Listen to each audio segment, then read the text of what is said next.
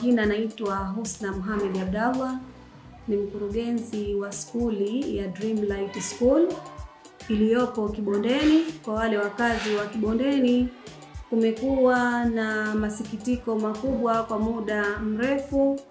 Wakazi wa Kibondeni wamekuwa wakipata shida kwa sababu katika eneo hili hapana skuli ya karibu na watoto wao wanakwenda masafa marefu kupata elimu. Kwa hiyo tukaona kuna haja ya kuweka skuli hii katika eneo hili ili kutoa huduma kwa jamii.